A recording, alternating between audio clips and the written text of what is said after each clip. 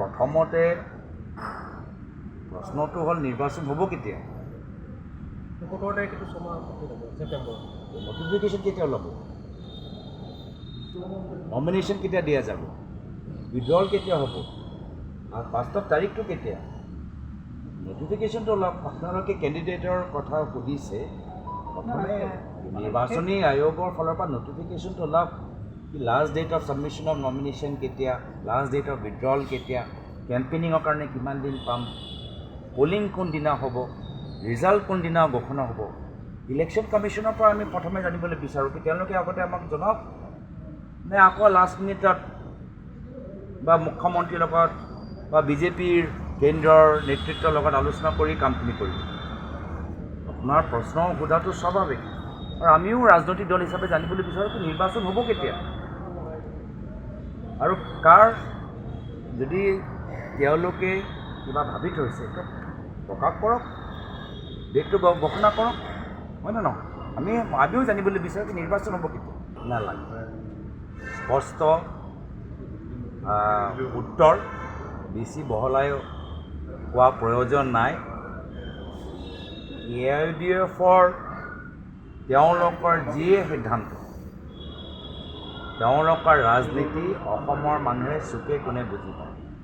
AIUDF দলৰ ৰণকৌশল আজি একো সলনি হোৱা নাই।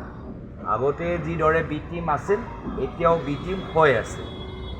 সেইকাৰণে AIUDF দলক চাই আমি আমাৰ ফালৰ পৰা কিবা সিদ্ধান্ত ল'ব লাগে আমি নাভাবোঁ। আমাৰ মূল কথা হ'ল যে আমি চাই আছোঁ কেন্দ্ৰীয় নিৰ্বাচনী আয়োগলৈ নিৰ্বাচন কেতিয়া হ'ব সেইখিনি কথা আমাক জনাব।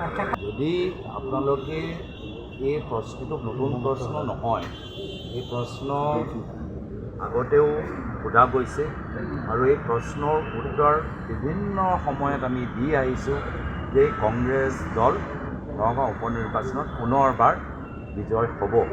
নিশ্চয় মই যে এইখিনি কথা ইতিমধ্যে ক'লোঁ, আপোনালোকে নিশ্চয় যোৱাকালি বাতৰি বা আগৰ বাতৰি তো এইটো আমাৰ নীতি হৈ গ'ল আৰু এইটো আমি বিজয় হ'ম।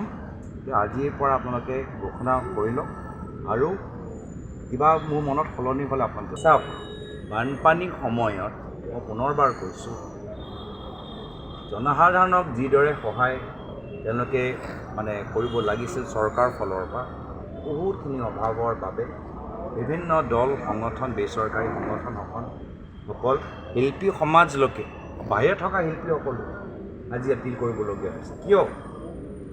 তেওঁলোকে ঘৰৰ পৰা খবৰ পাইছে, তেওঁলোকে ভিজুৱেলবোৰ চাইছে, ডিজিটেল মিডিয়াবোৰ চাইছে। অসমৰ জনসাধাৰণ য'তেই আছে তেওঁলোকে যে এতিয়াও যে এপিল কৰি আছে, তাৰমানে কি যে যি কাম ডাবল ইঞ্জিনৰ চৰকাৰক কৰিব লাগিছিল সেই কামখিনি আজি অসমৰ সচেতন জনসাধাৰণে কৰি আছে। বাৰম্বাৰ AIUDFৰ কথা কৈ বানপানী সম্পৰ্কত মই ভাবোঁ যে বাৰম্বাৰ AIUDFৰ কথা কোৱাটো কোনো প্ৰাসংগিক নহয়। বানপানীৰ ক্ষেত্ৰত ৰাইজক বহুত আৰু কৰিবলগীয়া কামখিনি আছে, বিশেষকৈ তেওঁলোকৰ ঘৰৰ পুনৰ নিৰ্মাণৰ ক্ষেত্ৰত বহুতখিনি কাম কৰিবলগীয়া আছে।